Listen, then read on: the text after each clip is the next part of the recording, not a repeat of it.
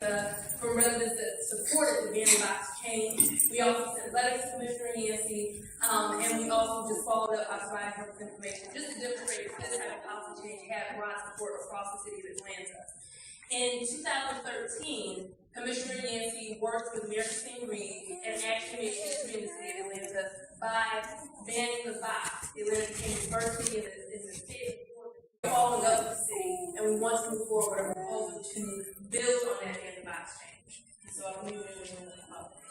Thank you very much, Ms. Davis. Ms. Wynn. Okay, good afternoon, council members, for allowing us to speak today.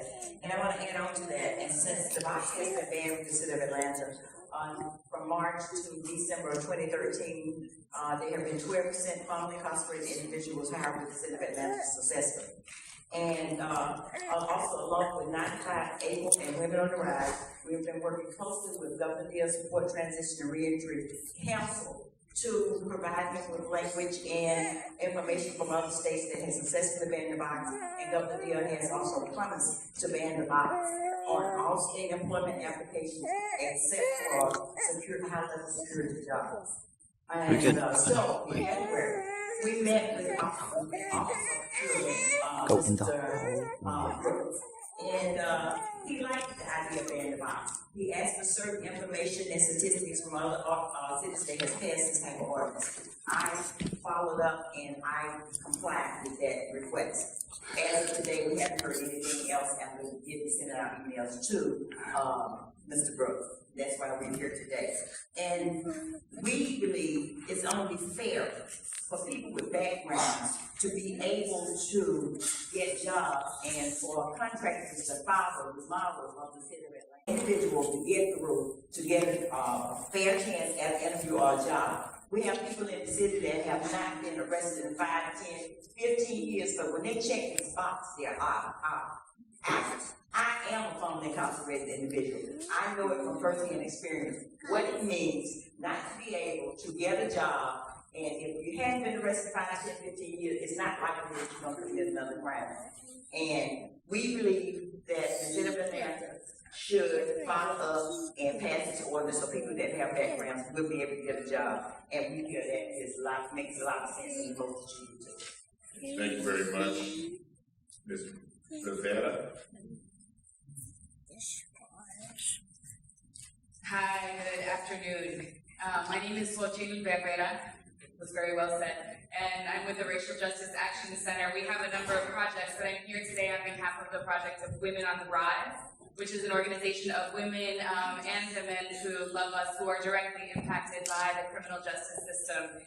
We have a goal to reduce the number of women behind bars in the state of Georgia by 50% in the next 10 years. And there's lots of things that need to happen for that change to be made, but we're here working in collaboration with 9 to 5, working women and others to talk about banning the box and expanding that to the contractors and the vendors of the city of Atlanta. So I'm really mostly here to say, to let folks know, there are 11 states that have banned the box, there are 60 municipalities, and there are 19 who've extended that ban from just city employees to the contractors and the vendors who contract with the city, including Jacksonville, Florida, Louisville, Kentucky, Indianapolis, Richmond, California, Atlantic City, New Haven, Pittsburgh, etc. And I have a list, and I'd be happy to share the actual ordinances. But just to give a basic summary of them, a number of them do extend to contractors and vendors. They may make a difference between how big the contract is, and they make it unlawful to discriminate based on a former conviction. Some take it off of the initial application and the first interview. Some go far as to say that you can't ask that question until you have made a provisional offer of employment. And those are the ones that we see as actually being the strongest and the best protections for people. So at the point of an offer is made of employment, and at that point a background check can be done. But it really allows for, in all of these cities, there's wonderful data, and the National Employment Law Project has provided a great deal to show the benefits in terms of reducing recidivism and allowing for employment opportunities for those who have criminal records. Thank you very much. Thank you. Okay, our next three speakers are Roland Carlisle, Janine Brown, and Ken Allen. Hello, hopefully everyone can hear me. It's an honor to be with you today. I'm Roland Carlisle, and I'm a member of 9 to 5 Reform Citizens, Portland Prospect. I'm a graduate from Florida A&M University. Unfortunately, while I was in college, I was convicted of a marijuana-related conviction. I subsequently graduated college. Came to Atlanta for more opportunity from Florida. In the process of trying to find a job, I found it very, very difficult, despite my education, to get a job in any field, whether it was applying for Chick-fil-A, McDonald's. My application was disregarded because I was honest. I actually pursued some training through the WIA Workforce Investing Act, and received some training that assisted significantly when I was subsequently able to get a job. However, the job that I got was through a staffing agency, not just because they didn't ask about criminal history. Subsequent to that, I received another job, which I'm at now, is actually the largest company in the world. No coincidence that with the staffing agency out of the state of New York that I was hired. I just wanted to say that clearly there's a very adverse effect on individuals. I was 19 years old. I had just turned 20 when I was convicted when I was arrested. I want to say that there is a law in the books, Title VII of 1964, Civil Rights Act, that prohibits discrimination, blanket discrimination based on criminal history. They actually they actually recommend that the question is asked later in the hiring process. I have the information here. I can share it if you want to see the guidance. Thank you. Thank you very much. Ms. Brown.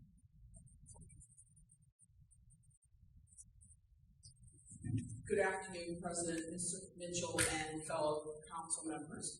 I'm Janine Brown, and I'm with Atlantic Building Leadership for Empowerment. We are a faith-based coalition of congregations, unions, and community groups. Proud to have been working with this coalition to help my fellow citizens of Atlanta to get work. I live in Reynoldstown, and as a taxpayer in the city of Atlanta, it is very disturbing to me when I see contractors all over the city that don't look like the people that live in my neighborhood, that aren't from my neighborhood. And if the city can lead the way, which was so fabulous, when we took the question off of our city applications, 12% of the employees hired have criminal backgrounds. This is fabulous. Now, as a taxpayer, my money goes for contracts. We should use the same value system and have our contractors, as a condition of contracting in the request for proposal, enforceable condition of contracting with the city, do the same. Give people a fair chance to rebuild their lives, to become full members of society, communities, and our city. So I ask you, please consider this ordinance change, and let's lead the way again. Thank you. Thank you very much, Mr. Brown. Mr. Ken Allen.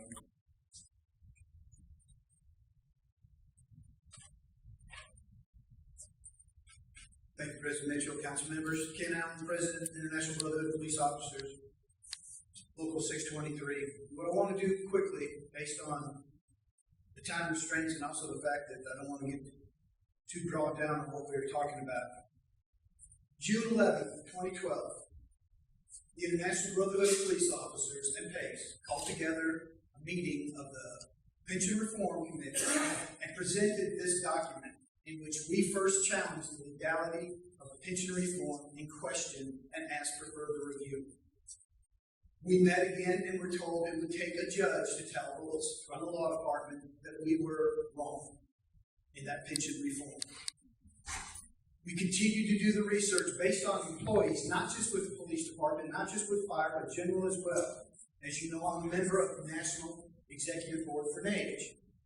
There are employees that wanted a simple answer to the questions posed from June 11th, 2012. Was it legal? So all we're asking and being villainized for that course is what we did within a year of the original enacted pension reforms, asking for that question be answered.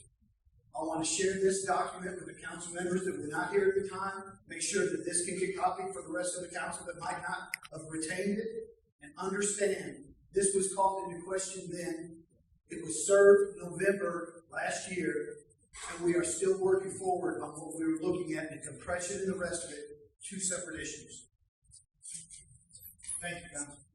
Thank you very much, Mr. Allen. The next three speakers are Ms. Karen Brewer, David Canute, no, and Mr. David Wardell. Good afternoon. Thank you, Council President Cesar Mitchell, and thank you, honorable council members. I am going to ask Ron Fennell to take just a moment after I get through speaking. I know generally